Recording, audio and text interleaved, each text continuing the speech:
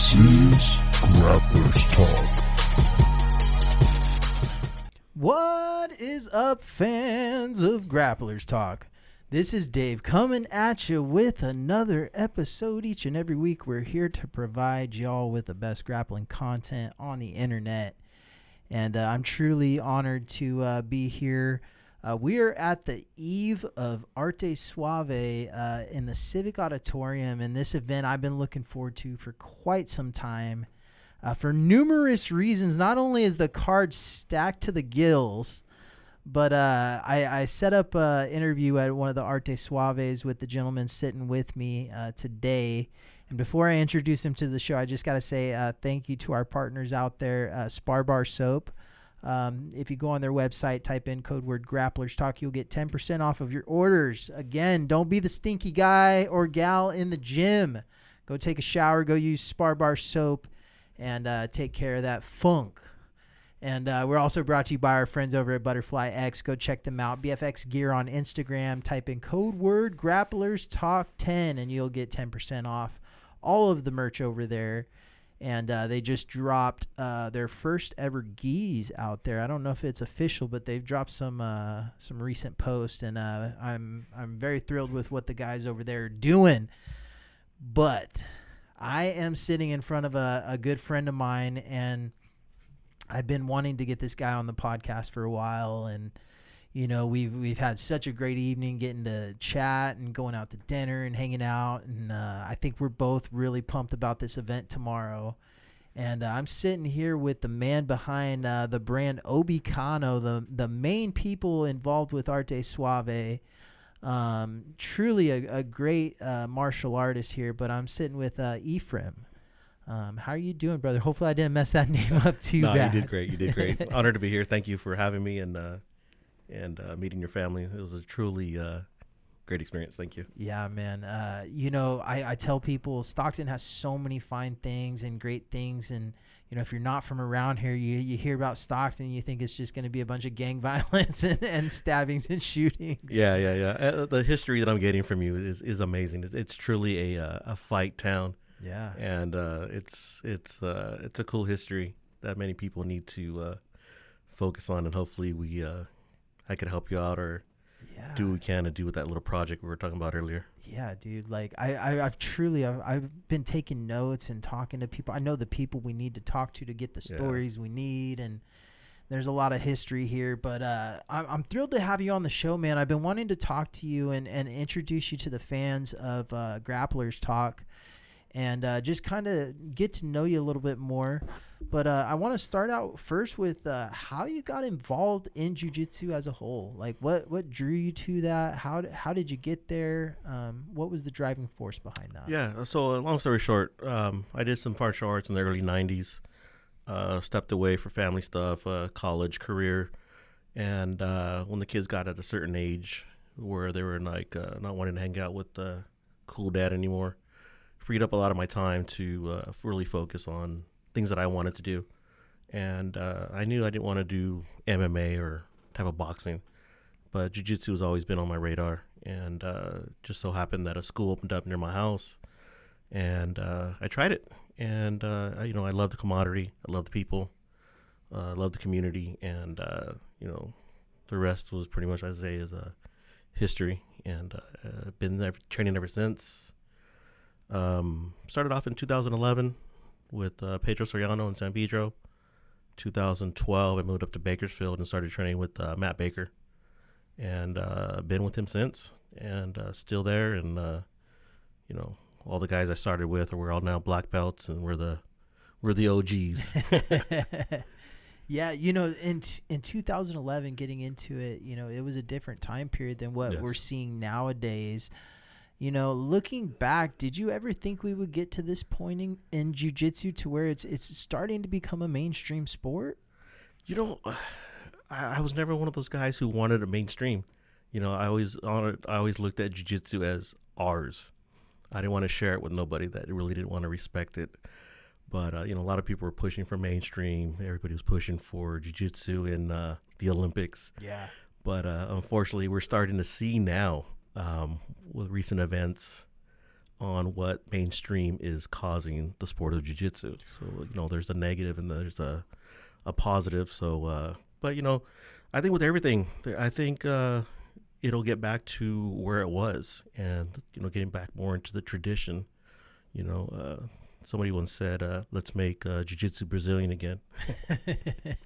Yeah, it is true, though. Like, so much has changed over the years, and we are seeing a shift in jiu-jitsu and a shift in, like, the worst thing I hear is like, oh, jiu-jitsu's becoming like karate now, right? They're seeing money bergs pop up and different things happen, and they're saying, oh, it's just like the rest of the martial arts. We've already seen this before, and that's kind of the worst when I hear that. I don't want us to be like a gimmick, Yeah, I see that, but I also see that.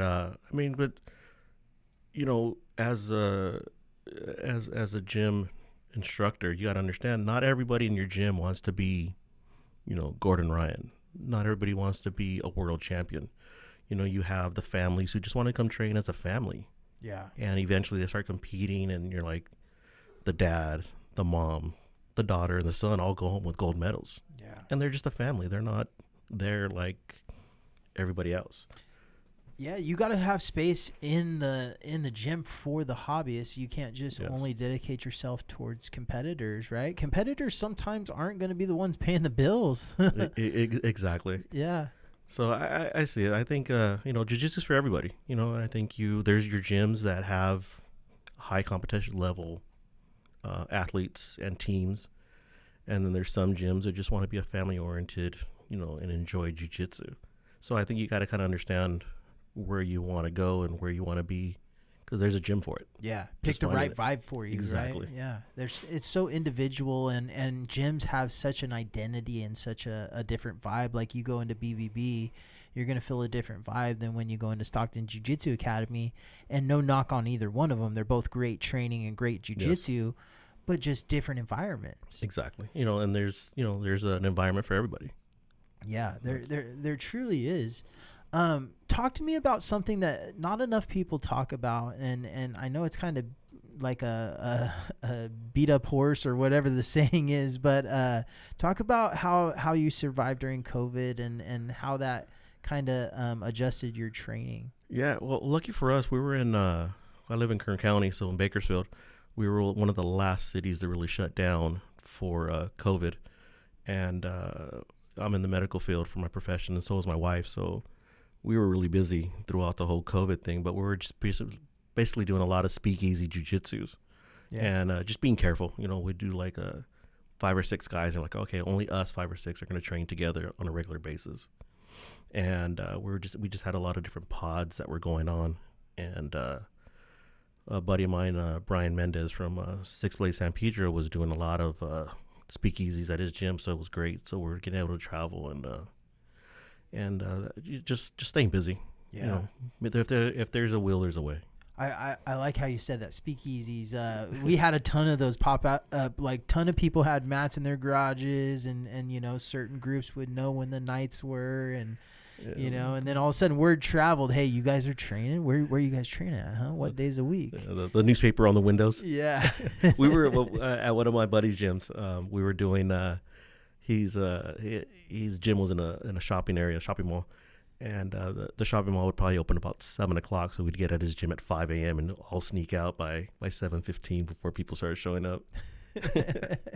Yeah, there was a gym in town where you had to go through the back door, and the back door was through like this apartment complex parking lot. Yeah. And it was real sketch, but I mean, great training. Yeah. I think that's a different time. I think a lot of people realize what jiu-jitsu was during the COVID, politics aside. Yeah, no, for real. I mean, for me, like, I one of the reasons I do train is a mental health aspect, and I was going crazy at home, dude. And that was the hardest part too. Our coach, was had a lot of students that we were really worried as a team for some of these guys. Training jiu-jitsu got them out of the house, got them interaction with adult interactions and socialized. And during COVID, it was a very troubling time for some of our teammates that we had to really watch out for. Yeah, no, for real. So many people, man. I'm so glad that's in the past now. And I mean, it seems like it wasn't that long ago, but I mean, we're 5 years removed from 2020 when it all started. And man, looking back, it's great where we're at now, and seeing the progress of jiu-jitsu. Yeah, I think a lot of I think like Jiu-Jitsu World League was probably the only organization that was really active during COVID. Yeah. And I think that's why Jiu-Jitsu World League grew so big, because all the top athletes had nowhere to compete, so they were doing World League, which they weren't doing in the past. Yeah, and I looking back, like, I don't know how they got by with doing those big tournaments. Those things are huge always. At least here they always sell out. Yeah, because they were doing, I don't know if it was Fullerton or they were doing the Del Mar, they were outdoor venues. Yeah. And they just had the tarps over, and it worked. Yeah. Whatever kept you training, as long as you didn't fall off or didn't allow yourself to fall off from training, that's the most important thing. Yeah, it was funny. I remember IBJJF had their first tournament, and it was in Florida. I told my buddy, "Oh man, we gotta jump on this tournament. They're finally opening up. Never been to Florida, so we're like, all right, let's do it." So I signed up, and like maybe 2 weeks before, I looked at my buddy, and I'm like, "Oh my God, I signed up for PANS and I didn't even know." And he started laughing. He's like, "Oh my God, it is PANS." I was like, "Well, let's go see what happens." Yeah. And I realized at that moment there is levels to jiu-jitsu. Oh yeah. I was having a good time working and enjoying Orlando, and this guy that I went against, he was ready. He was going to win the whole thing, right? Yeah. And then thank God my buddy was like, after I lost the match, we're eating some acai, and he's like, "Man, the guy you went against?" I was like, "Yeah, he won PANS as a blue belt, purple belt, and brown belt." So thanks, man. He's like, "He also owns a fitness gym, and he's an attorney." I'm like, "All right, man, you're not making it any better, man. Just, you know what I mean? It was what it was. Thank God we're out here. We had a good time." Oh, man. The stories, though, I mean, you either win or you learn, right? That's the old saying. Yeah. I definitely learned that day. Yeah. Let's talk about how you created or how the brand Obikano came to be. And I know there's a lot of people out there that may not even say the name correctly, but talk about the origins of it and how it all started. Yeah, well, it's pretty, out of necessity. I was competing a lot at purple belt, and the whole team, we were competing a lot at the time, and I got a promotion to brown belt. And my coach says, "Hey, we got a tournament coming up next month. I need you to sign up for IBJJF and get you your brown belt card." I was like, "Yeah, no problem." But as most promotions go, your belt's either too big or too small. Yeah. And my belt was too small. So I was, reaching out to all the companies, and everybody was sold out. So I finally found a belt on Amazon. It was like $5, but shipping was $20. So I was like, all right, I spent $25 on a belt. So then, and I got the belt. I competed, and I'm like, I started thinking about it, like, do I really want a $5 belt to be my history of my journey?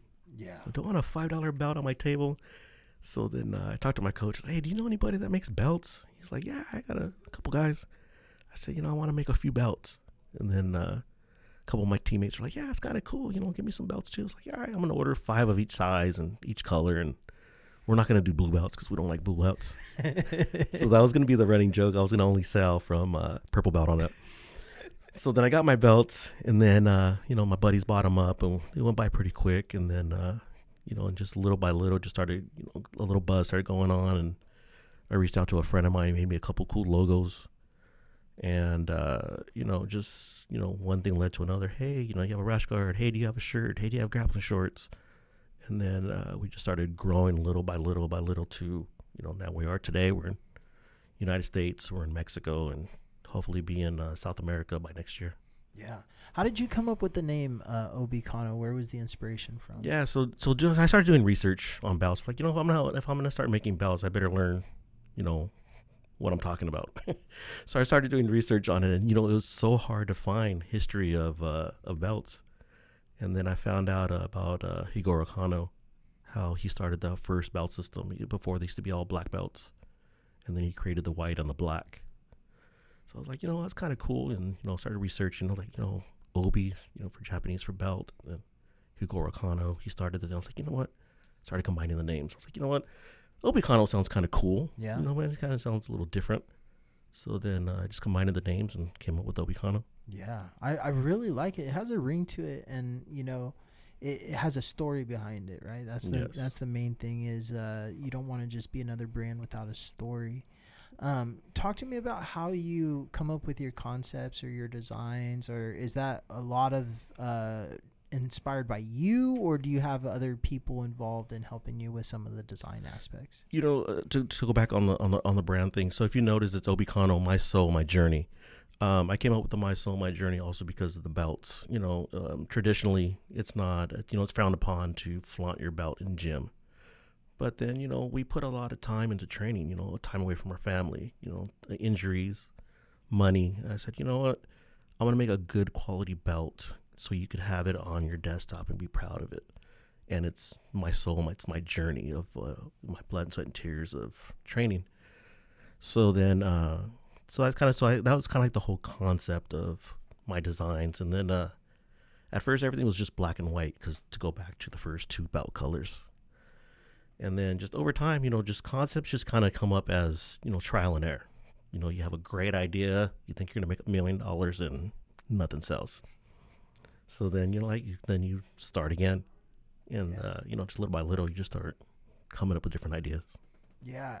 Some of the things that you have going on is I like the cross bodies and you're getting hip to like certain trends in jiu-jitsus, and it's important to stay up on like the certain trends. And I'm sure I wear things that probably aren't that cool, and but how do you stay up on that kind of stuff? How do you know what the grapplers are looking for, what they're wanting? Like here's a perfect example. Shorts used to be long back in the day. Now everyone wants these short shorts. You got to be on top of that kind of stuff, right? Yeah, I've always been I'm not a fashion guru, but I've always been into fashion, and just a lot of social media, a lot of research, and you just start kind of seeing, the styles of what's coming out and what the future is, and what people are starting to wear, and a lot of like they say, all the fashion starts in the streets.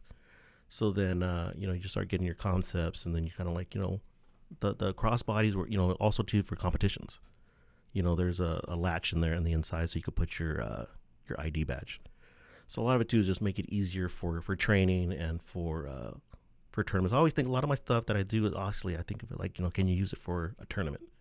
It's easier to walk around with a crossbody than it is a big old jiu-jitsu bag. Yeah. Oh, 100%. And my wife makes fun of mine all the time. She calls it my purse. But, having something, I mean, sometimes you carry weapons in those things, but whatever it is, right? You gotta have something. But you guys are doing an amazing job, and the brand is growing tremendously, at least from what I've seen on my end, and you guys are expanding. You guys have a big footprint in Mexico, right? Yeah, we started out in Mexico maybe about 2.5 years ago, and then now we're like actually have our website. We have a warehouse out there, and we're really hitting Mexico really strong. It grew. It just blew up out there, and I think a lot of it was just being blessed of actually like meeting people, and I think a lot of people know the brand because I try to get out to all these tournaments like Arte Suave. And I like talking. I love the community. So I love talking to people and just kind of shaking hands and kissing babies, like I like to say. Yeah, no, for real. It really is. We're at least in a great area. These Arte Suave events that they put on, man, these shows are amazing. And the group of people in the community, like, I mean, I could throw out a list of guys and gals that have been on the show that are truly just incredible athletes. And I'm a fan of all these people, like I'm looking at this card and like 60-70% of the card has been on the show because I'm just a big fan of them. And, it's really, it's really incredible to see the community comes together in an incredible way. And there's always support and love and not as much drama as you would think, right? Yeah, and I think a lot of that has to do with like Alfredo and Dom and the whole team of Arte Suave. They set a high standard, not only for themselves, but for their competitors. Yeah. To where they're like, hey, you know what? Enjoy yourselves, have fun, but hey, be respectful to everybody. And they put on great shows. I talk to Alfredo all the time, and you know, the ideas that he has for the future, and you know, stuff that it's come to now. You know, he works hard. Yeah. It's a very passion project for him. Yeah. How did you get linked up with those guys? So one of our teammates, Barbara, she competed on a Arte Suave, and at the time we were just starting out. It's so funny. I advertised on the Arte Suave they did in San Pedro. I didn't even have belts yet.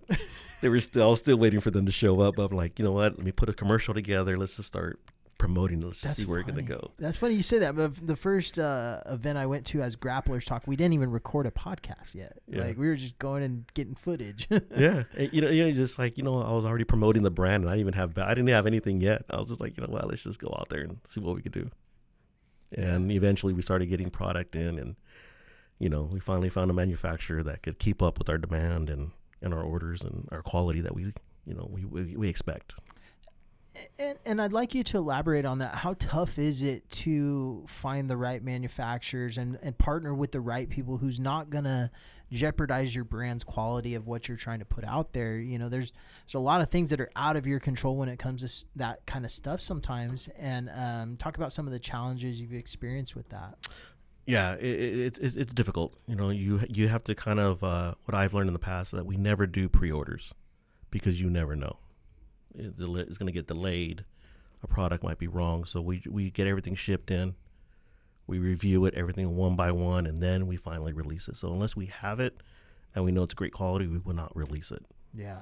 And, you know, and just getting with your manufacturers and, you know, getting a lot of trust and trial and error. And, you know, it's just like anything in business, you know, you have to find good people. Yeah, find the right partners, right? Exactly. Yeah.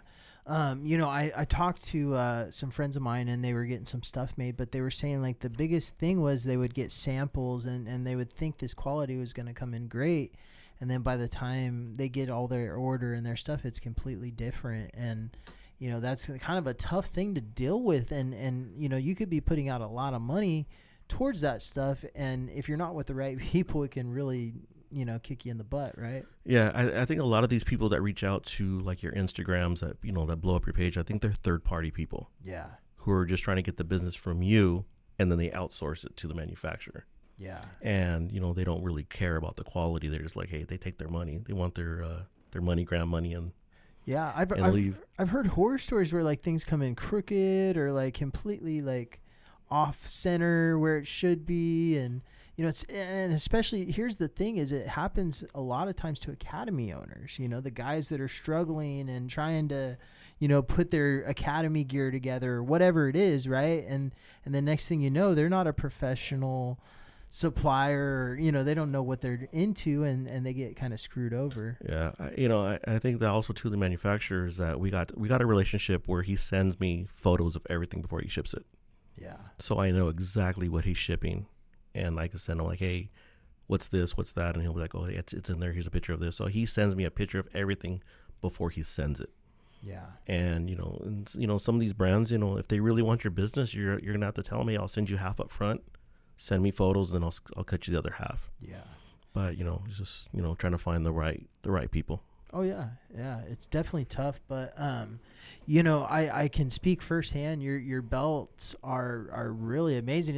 The one I got was, I mean, I'm still impressed at the quality of it.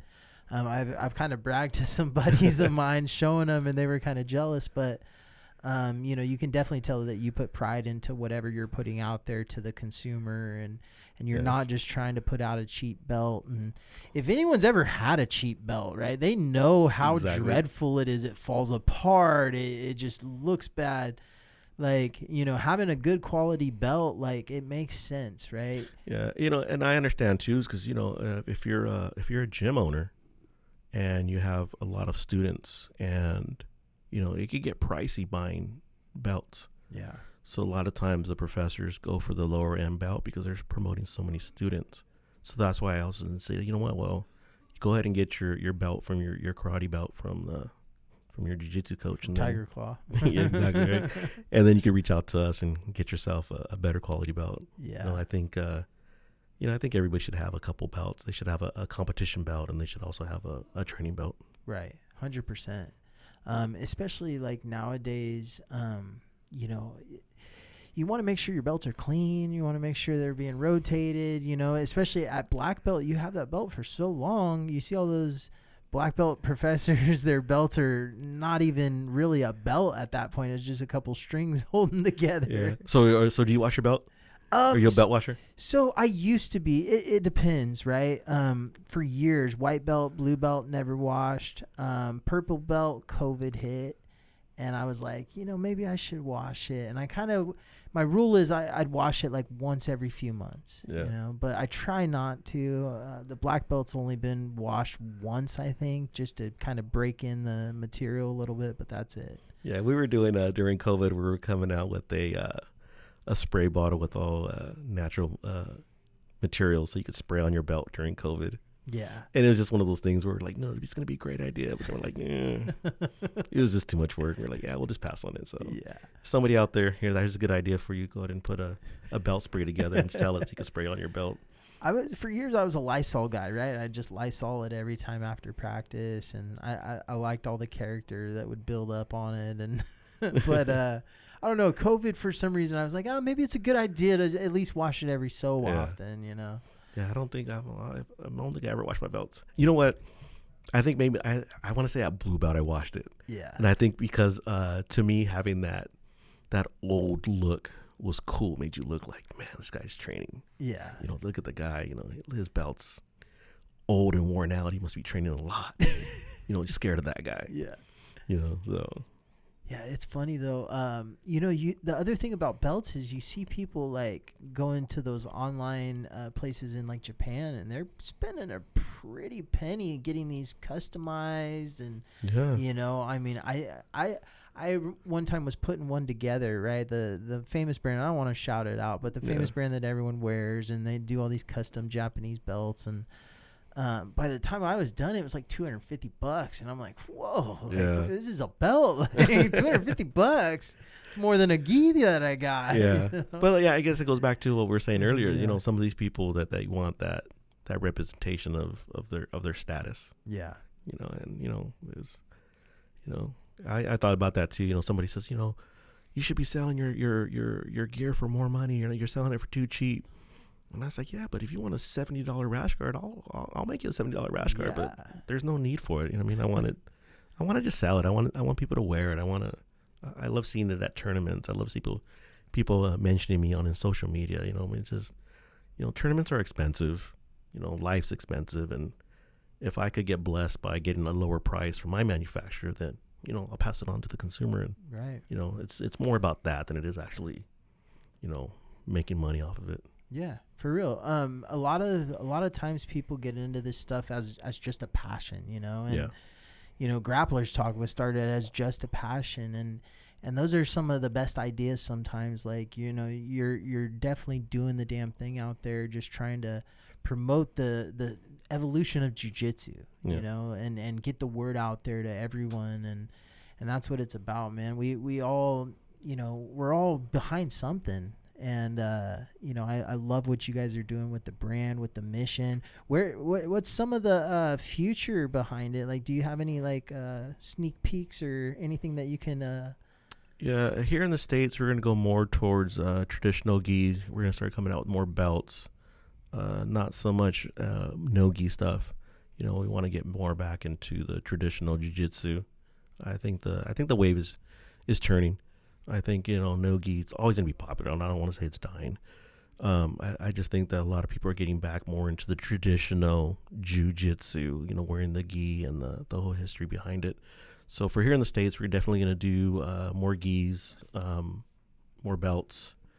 On the Mexico side, we're going to go more probably towards MMA, boxing, and regular jiu-jitsu, no gi. We have a project coming up soon that I want to shout out to the Leva family. Emily and her parents donated some gis for us to donate in Mexico to like the smaller towns that can't afford gis. And I was asking them like, hey, why do you guys do no gi primarily? They're like, we can't afford gis. So I was like, all right, well, what can you guys afford? What's a good price point for your age group? And they're like, like 1,500 pesos comes out to about $75. So then I talked to my buddy. I said, hey, starting tomorrow at the tournament, we're selling our geese for $75, 1,500 pesos. He's like, are you serious? I'm like, yeah, that's what they can afford. That's what we're going to sell it to. Yeah.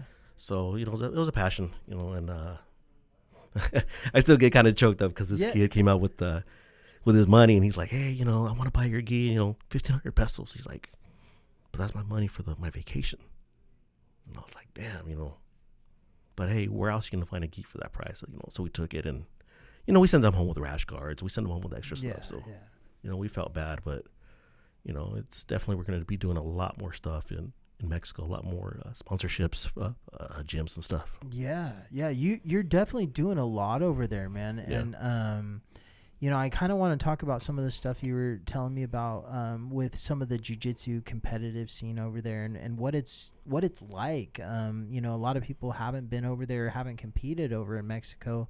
Jiu-jitsu's not it's not as popular, I guess, or it hasn't been there as long, right? Yeah, it's starting to grow a lot more, and it's because a lot of the I don't want to say this is the reason why, but it's kind of, I think you get a lot of Brazilians that come from Brazil to Mexico, to work, and they all can't get their visas into the States, so they go to Mexico and start up gyms. So I think it's really growing out there. The competition's really I want to say, like, in the smaller towns, it's more of a MMA wrestling based jiu-jitsu. When you get to the bigger cities, Mexico City, Guadalajara, you'll start seeing the more traditional 10th Planets gyms and the more traditional the jiu-jitsu we do here in town. Yeah. Do you see it being eventually, like, we as the UFC BJJ is growing, I eventually see the UFC doing the same thing they did to their fight organization with that, bringing in the best from all over the country to represent, their nation. And eventually I see it becoming like a world stage that all these people can go on. Is there eventually going to be a team from Mexico that you see down the road that, is representing themselves in that world stage, you think? I hope so. I hope so that they do. Cause I know EBI just did Mexico versus the world a couple weeks ago, and it was a pretty big show. So I think, with the EBI guys, they're out there in Cancun and different cities. I think they're helping it grow to more mainstream. Yeah. And I see it in the future. I think, a lot of the competitors out there are getting their visas and competing here in the States. Yeah. So you'll see a lot of the athletes from Mexico competing here. Yeah. One of the things is, like, you see Mexican boxers come in and they're always the toughest boxers, and like they have a certain style, and I can only imagine seeing the Mexican style of jiu-jitsu coming into play, and the toughness that we're going to see from some of these athletes, like, out there. Yeah, I think their style is better for a submission only no-gi, because I've seen that a couple of the competitors that I know that have come from Mexico to the States and compete, they were having the problem with the wrestling and the pressure. So an athlete here, a professional competition athlete, take you down, get the points, and then they're gonna hold on to you for the final minutes. Mexico is more of a base of you go until you get the submission. So I think the reality of competition style jiu-jitsu was an eye-opening for some athletes that came here last weekend for Jiu-Jitsu World League. Yeah, for real. So we got a big event going on this weekend, man. Yes. You're in town. Man, I am so pumped for this event, dude. Talk to me about your thoughts behind it. How do you feel going into this? What's the match you're looking forward to the most? You know what? I'm gonna say all of them. Because I over the years working with the guys from Arte Suave, I've seen a lot of these guys compete, all over California, and I know what they bring, and I'm just excited to see a hometown beatdown. You know what I mean? Yeah. Where everybody who knows each other, and just to come together, and what we were talking about earlier with the gym about just being a fight town. I'm excited for the crowd. I'm excited for all the fights. I'm just excited, just all the way. I mean, I love jiu-jitsu. Yeah. Sometimes it's hard to sell, to set up a booth when I'm like, I just want to watch these fights. Yeah. Then I'm like, what? I'm just gonna I'm only gonna sound an intermission and that's it because I want to watch fights. Yeah. You know, I thought about bringing people. I'm like, you know, I'm gonna pay somebody to come and sit at the booth. I'm like, you know what, we could just do it all because I love that. You know, what I mean, I love just sitting there watching the fights and Yeah. you know the whole drama of jiu-jitsu. You know, especially with that team event. Yeah. In slow, that was a Very great good event. that was a Yeah. great event. You know, the comeback win was freaking amazing and just like, you know, I'm just squeezing my wife's legs like, oh my god, this is so great. I was like, you know, even though you know the other team won, but you know it's jiu-jitsu. You know, what I mean? It's like it's whatever. Who was the gentleman coaching your team? He's from PMA in Fresno. Yeah, he was a hell of a coach, man. I thought he he's a did a really good job They trying worked to keep really hard. everything together. And man, you guys gave him a run for their money. Like, Yeah. it was a good quintet, man. Yeah. I love that. You know, I went up to the guys afterwards, like, dude, that was freaking exciting. You know what I mean? Just like a storybook finish. Oh yeah, the no one could deny that crowd reaction at the end when you saw Team YJJS all jump up together. Yeah, it was great. You know, it was just like I said, I love jiu-jitsu, so it was just kind of like it was a great event, great vibe. So that's what I'm saying. I'm really excited about tomorrow. I want to see the Stockton, the Stockton vibe. Stockton always shows up, man. They're ready for it. Yeah, so I'm excited. You know, there's a few matches that you know that I'll be watching tomorrow. A couple athletes that I have my eye on. Yeah. I'm very thrilled. Like I was saying earlier, I've had a lot of the competitors on the show, and man, I had Carlos Cruz recently, and just talking to him about his match. He's an exciting guy too, and you know, and I don't know about you, but I'm a fan too, and I do a lot of fantasy booking in my mind, and I start putting together matchups. I'm like, oh, if he wins this match, then he could go up against this guy, and I start getting these ideas going. So. Yeah, it is great because you know you get Fredo there, and you know if he sees a good matchup or something kind of cool in the night, he'll be like, you know what, that's the next fight right there. He's the Dana White. He gives us the matches we want. Like, and he goes. I mean, where else can you actually compete against? You know, one boss, of the owners, the boss, right? You know, you could be like, you know what, I don't like you, so I'm gonna go and let's do a match. He's like, all right, let's do it. Yeah.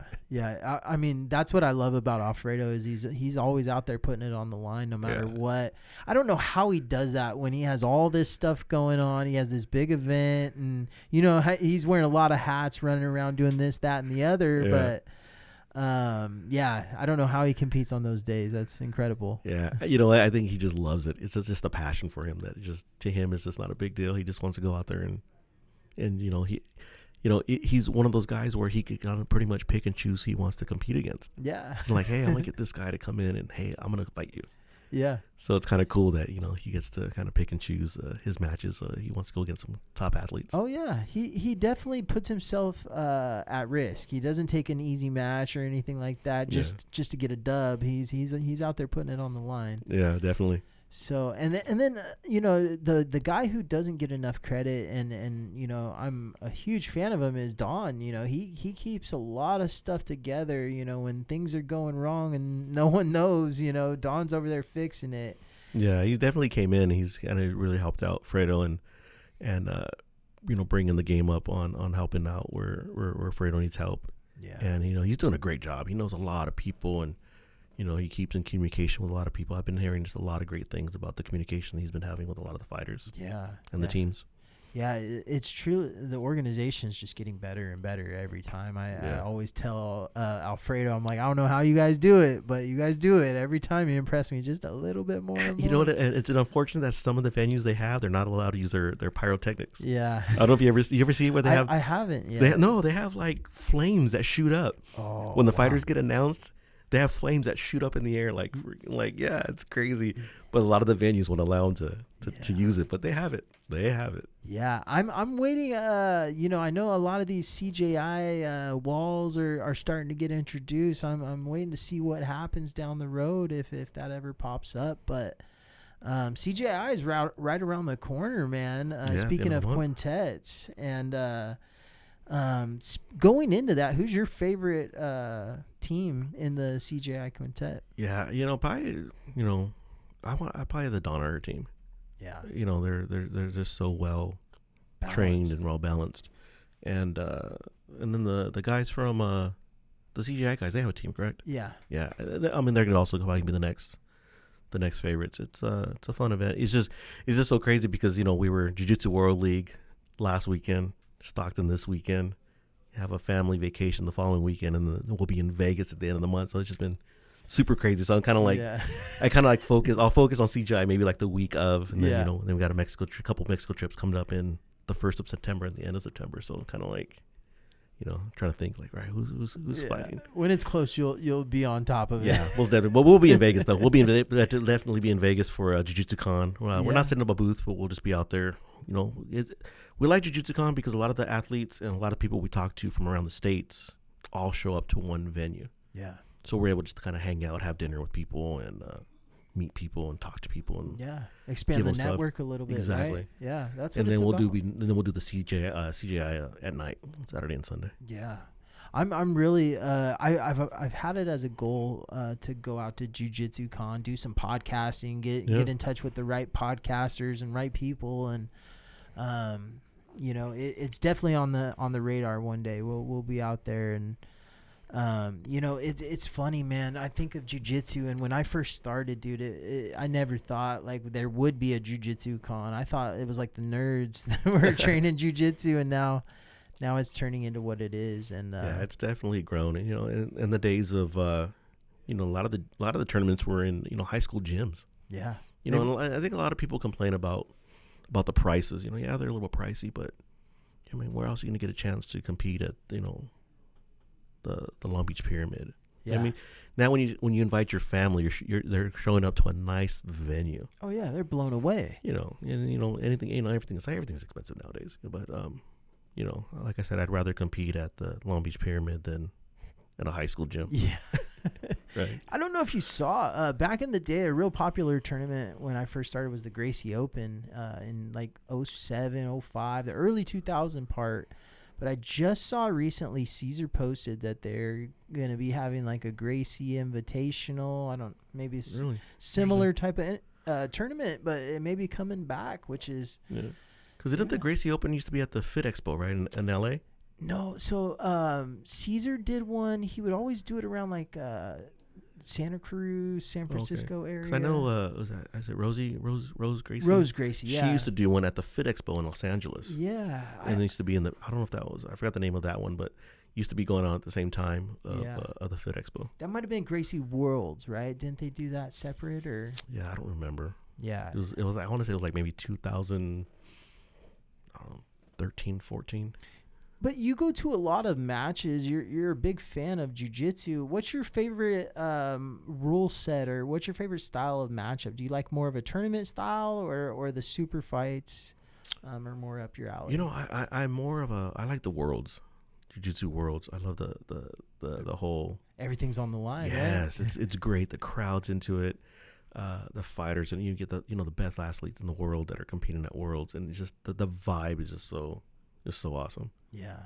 Have you ever got a chance to compete at Worlds? Worlds? No, I've never done Worlds. I've only done Pans. Yeah. Yeah, but I've never done Worlds. Yeah. It's a goal of mine, but just so much preparation. I mean, so much goes into competing at Worlds. Like, yeah, I mean, competing in general, right? Because when I start going competing again, I have to sit down with my family and be like, hey, look, for the next 3-4 months, we're not eating out, we're not doing this, we're not doing that, and I'll be training a lot. I'll be in a bad mood because I'm cutting weight. So, act right, guys. How often do you try to compete nowadays? I haven't competed like in the last 2 years. Just been busy with the brand, and then I had a little injuries that I'm kind of working on. But I'm gonna start next year. I started working more on my post training. A lot of stretching, a lot of Epsom salt baths, a lot of post training. I'm working out with a guy. Rudy from Unlocking Movement, so we're kind of like opening up a lot of mobility. Yeah, and I think at my age, mobility is gonna be the key. Yeah, it's very important, man. As we age in jiu-jitsu, the more time on the mats, it seems like the stiffer you get sometimes. Unless you're working on it, you got to constantly be stretching or moving or doing something to work on that. Right? Hydration's huge, especially during the summertime, and you're an athlete. You have to take care of your body as an athlete. Yeah. What's one of the toughest injuries you had to battle through? I had a lot of lower back injuries, but they were more like spasms that were just, I'd be at a tournament standing in line to get ready to compete and my back would just start spasming. But then I started realizing it was just because I wasn't my core, I wasn't stretching right. I wasn't, I was working through other things. I thought it was my back, but it was really my hamstrings. Yeah. Or it was really this, or it was really that. But, thank God I've never had a serious injury, just more like complicated, just not understanding. Mm-hmm. And then you just be like, oh, I'll be fine. I'll just take an Advil and go train. It'll loosen up. And you just kind of like, you kind of get used to that feeling of pain when you train. It's like, this ain't right. I can't be. This, it's not. It doesn't feel like it should be feeling. So, right. I started kind of doing my research and, working out a little bit differently. Yeah. As you train, you work a day job, you do your brand, you do all these different things. You're a parent, you're a grandparent, everything involved, right? Mm-hmm. How do you balance everything? Like, how do you keep do you keep a certain schedule or a log, or how do you balance like daily life especially when things get busy? Yeah, you know what? I think just everything that I do, I enjoy. Obviously I enjoy my family, I enjoy my kids, I enjoy my wife. I enjoy traveling. My job, I enjoy my job. It's a great career that I got into. I'm in the medical field. I'm an X-ray tech, and I just love being involved in community. I love seeing our patients out on the street. At Target. I love seeing them at the mall. Like, hey, how you doing? And being a pillar of the community. And then the brand, I just enjoy it, and just luckily that the job I'm in right now gives me the opportunity to do other things where I'm real flexible with my time. Yeah. Yeah, that's important. But you're also passionate about your brand, and no matter what, you're going to find the time, right? Exactly. Right. It's all stuff that I do anyways, right? I would be at an Arte Suave event anyways. Yeah. You know what I mean? I'd be in Mexico anyways. Yeah. Whether it was for a brand or not, I'd still be training jiu-jitsu in another country, another state. So it's just kind of cool. It just kind of evolves, and then, I got into, in the early, like in 2012, I met Herb Dean, and I was talking to him, and he's like, you should really get into, refereeing and judging. I'm like, I'm not refereeing, man. So I did the judging class. So, I got into, inspecting for a few years for MMA. Okay. That's and interesting. then I took so I told him, I said, hey, look, I did inspecting for 2 years, man. I said, I'm ready to do the judging course. So I went through the Herb Dean course and got certified through him. And for about 10 years, I've been doing the MMA judging. So, it's just another passion project, right? Yeah, that's cool. But but it's like a passion project that you still kind of make a little bit of money off of. So you're not really losing money. Yeah. So I've just been kind of like my motto, right? Everything I kind of do in life, it's a passion, and I kind of enjoy it, and I kind of make a little something off of it. Yeah. So it's kind of cool. That's really cool. Back in the day, I wanted to get into that, Mm-hmm. and I talked to a couple local referees, and they were telling me about that. But I think it's important that we have the right people in that seat, that judge's seat, right? We need good judges out there. You do. I think a lot of times too. In the early days, a lot of the boxing judges and referees just kind of got grandfathered into MMA. Mm-hmm. But now you're starting to see the difference. You have Frank Trigg. Yeah, he's a referee. You Chris got Lieben. Chris Lieben. Yeah. I did the course with Chris Lieben. Yeah, that's cool. And it's super cool. You're kind of sitting next to him, kind of like side eye, like, oh my God, I'm sitting next to Chris Lieben. Wait a minute, I gotta pay attention. Better not piss on his bed, right? Pour water on it. And it's cool for the sport. You're an amateur fighter doing your first or second fight, and Frank Trigg's your ref. You know what I mean? It's like, it's kind of super cool. Yeah. That these guys are now giving back to the sport. Yeah. I love that. That aspect alone, like having those educated people that have been through the fire in there to be able to make the correct calls, man. I think of that lady, I forget what her name was, but man, Dana roasted her and you ain't seen her back. You know what? I remember that one where, I think Joe Rogan was going off a little on her, a little too hard. And was it Daniel Cormier says, man, she's a nice lady. He's like, so is my grandma, but I wouldn't want her judging these fights.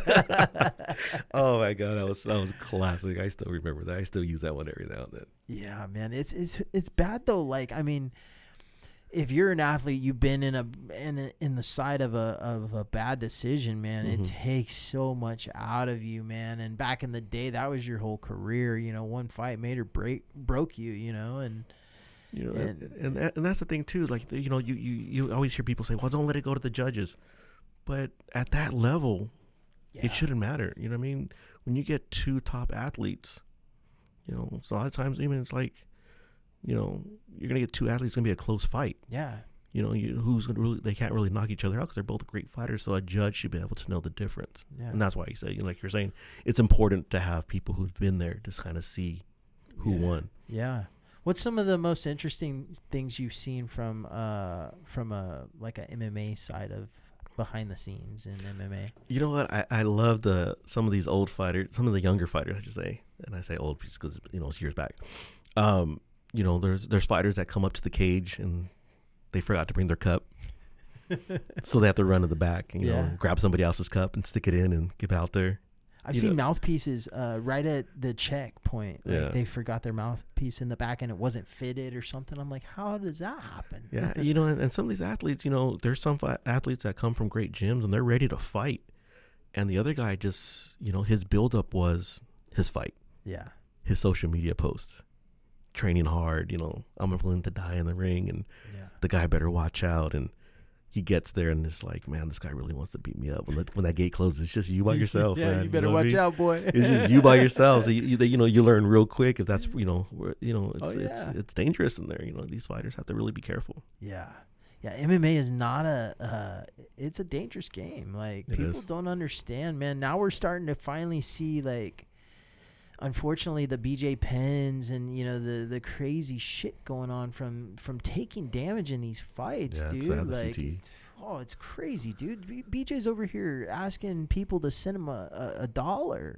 Yeah, and a lot of people think it's CT. I don't know exactly, but I have a feeling we're going to see more people like that pop up from the MMA game, and there's going to be less and less people wanting to go that route, and they're going to want to stick to things like jiu-jitsu and competitive grappling. Yeah, I think it's just, the back in the day training where they just thought they had to go hard. Yeah, you spar every 20 rounds in a night. Yeah, I think a lot of the fighters over the years have realized that, you really don't need that much. I mean, John Jones is a good example, but 1 in a million, right? Yeah.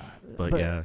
I mean, I heard rumors like guys quit sparring years ago, the Dustin Poiriers and, certain guys would don't spar anymore because of how risky it is. Yeah. Well, I mean, because you even look at jiu-jitsu, right? You can't go 100% every round, every night. Yeah. If you did, you'd be really beat up. What I mean? It's just kind of like, you have to kind of really kind of know when to take off your rounds and when to breathe, when to move, and it's the only way you're going to last the whole entire night. Yeah. I see some of these kids that, they're training all night. Yeah. I'm sitting at home for, doing an Epsom salt bath and, hydrating, and they're posting pictures at the gym deadlifting. I'm like, dude, really? Yeah. Really? We just, what I mean? I'm here freaking dying and you guys are over there deadlifting like nothing at the gym. Yeah, man, those young cats though, it's a different world, man. These young strong guys getting into it, right? Yeah. Some of the guys that will incorporate like CrossFit or lifting into their jiu-jitsu, and I'm not talking about the fake lifters, the bodybuilder guys. Yeah, I mean, but then you look at these athletes who started jiu-jitsu when they were like 5 or 6 years old. Oh yeah. Now they're 16 years old and they're blue belts. You're like, you guys have been training 10 years. If you guys were adults, you'd be black belts. Yeah. And then now they're 16. Now they're coming into the adult class. Yeah. And just murdering people because they've been working on their craft for 10 years. Yeah. And they're just so good. I was at the Jiu-Jitsu World League last weekend, and some of these games that these kids are playing are just amazing. Incredible, yeah. I'm just sitting there looking at my buddies next to me like, dude, that was a nice, walking up to these people like, that was a nice setup. Yeah. They're like 10 years old, 11 years old doing these. Oh, yeah. These nice setups. I'm blown away at the stuff I see these kids doing nowadays. Like, whoever's teaching them these high level systems. Yeah. We got a coach at our gym, Roman Baker. He's Matt Baker's son, and he has a few kids that I'm just like, they're playing like his game. I'm like, dude, that's such a technical, high level game. How are they doing it? And then a lot of the students, just our students, they did really great at pans. And you're just like, how are they understanding the intricacy of the game plan? He's like, oh, we're just working on it. Yeah. Well, and the other thing is too, nowadays there's an avenue for these kids to compete almost every weekend or quite a bit, to where they're building the experience of being a jiu-jitsu competitor and knowing what the rounds are like and knowing what their nerves are like when they're in a match and working all that stuff out. So by the time they're 10, 12 years old, they already have had, 45, 50 matches, 100 matches, and they know what works for them. So, sometimes it just clicks, what I mean? It's just, there's a certain level where everybody's good. Yeah. It's just, who's just better that day. Yeah. And that's all it usually comes down to. There's like all these kids, everybody's just good nowadays. Sometimes you just get unlucky. Yeah. Yeah. And it just doesn't happen. That's why I always surprised when people say, "Oh, back to the drawing board," and I'm like, "Well, why? Why?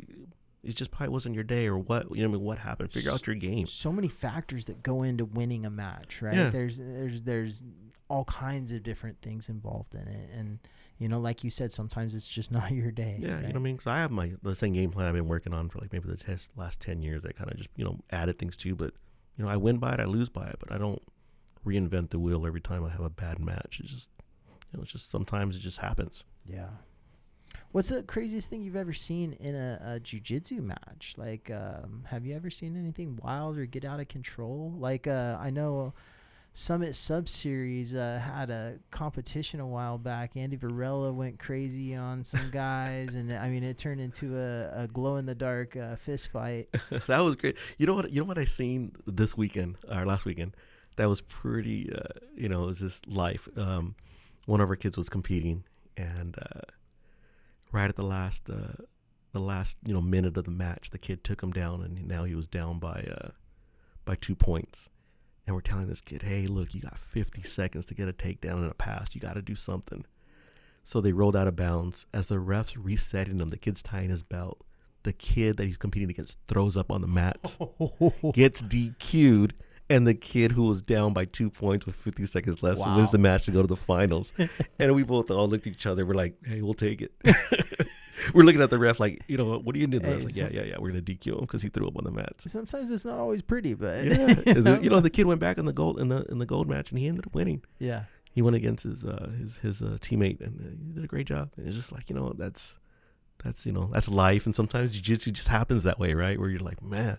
Didn't we just see somebody throw up on the or get pretty close to throwing up on the Arte Suave? They mats? did. That was right by you. Yes, and I was like, I looked at the camera crew. I'm like, "Why aren't you filming this?" Yeah, that was. And gold. they're like, "Oh, wow, we thought we wouldn't be right for pay-per-view." Like, dude, he was wearing an Obikano rash guard.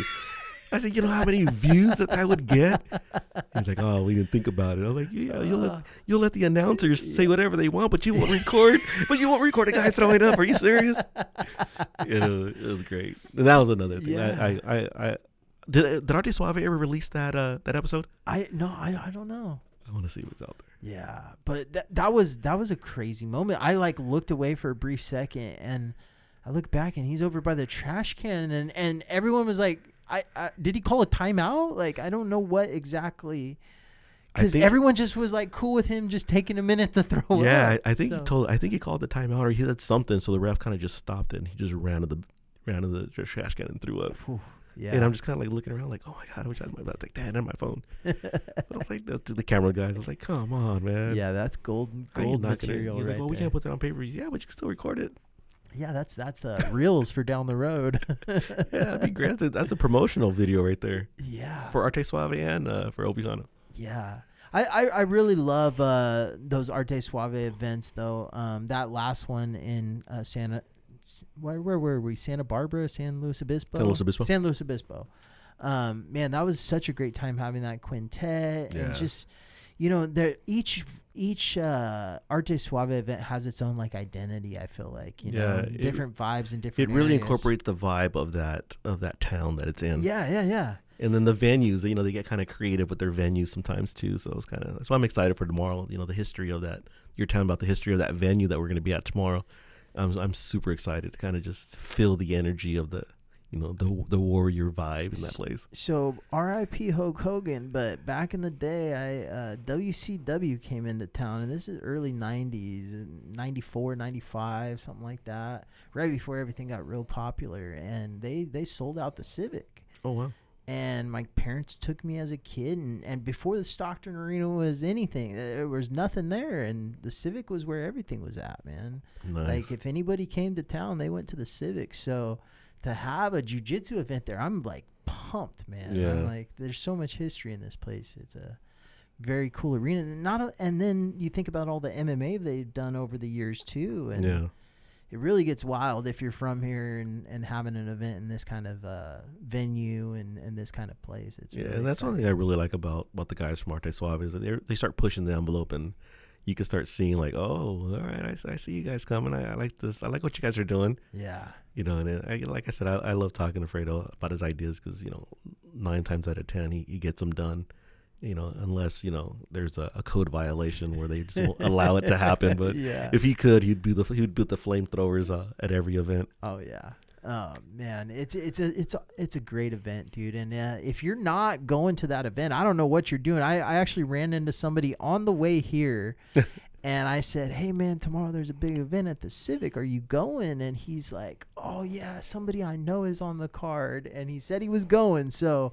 People around town, the word's spreading. I don't know what's going on, but the word is spreading. What and else people there are to do gonna in be town? there.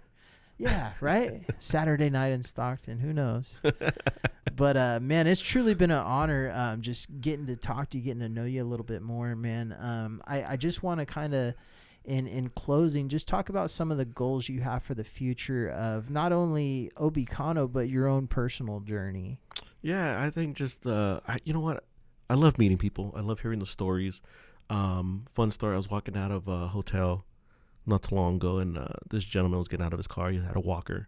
So I was waiting for him to pass by, and he's like, jiu-jitsu, because I had a jiu-jitsu t-shirt on. I was like, yeah. He's like, I trained at the Judokan about 100 years ago. And I said, really? He's like, yeah, I knew, Higuro Kano started judo before a sport. He had the biggest forearms I've ever seen on a man.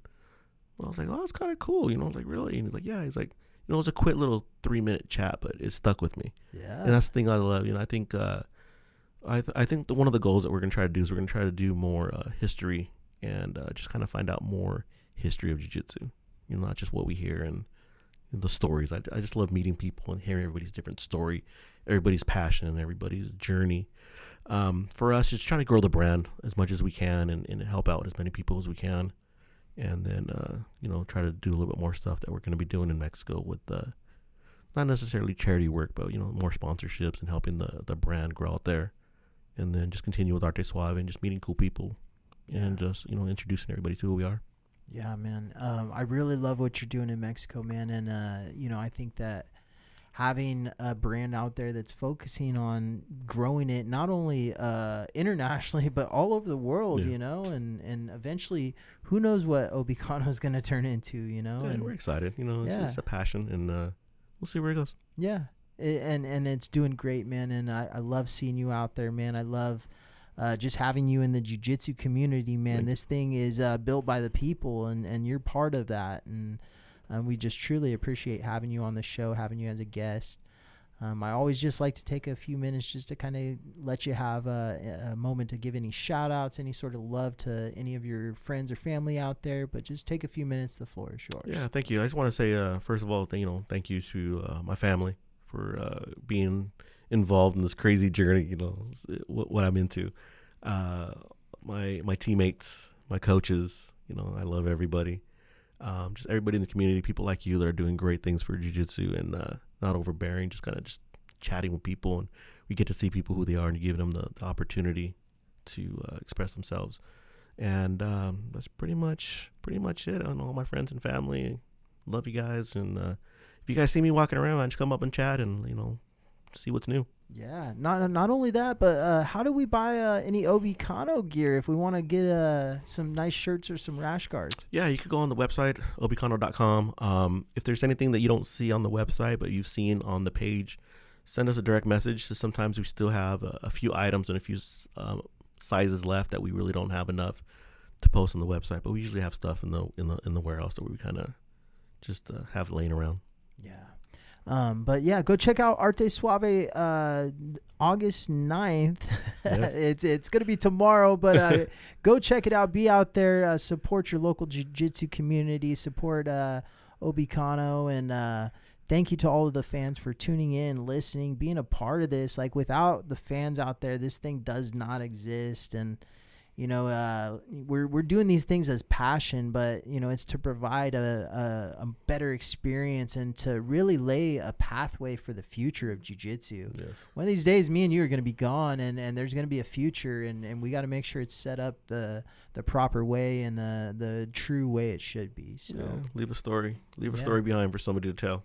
100%, man. And thank you again for being a part of this. Thank you. Don't forget to check out our friends over at Spar Bar Soap. Type in Grapplers Talk. You'll get 10% off of your order. And also our friends over at Butterfly X. Show them some love on Instagram at BFX Gear.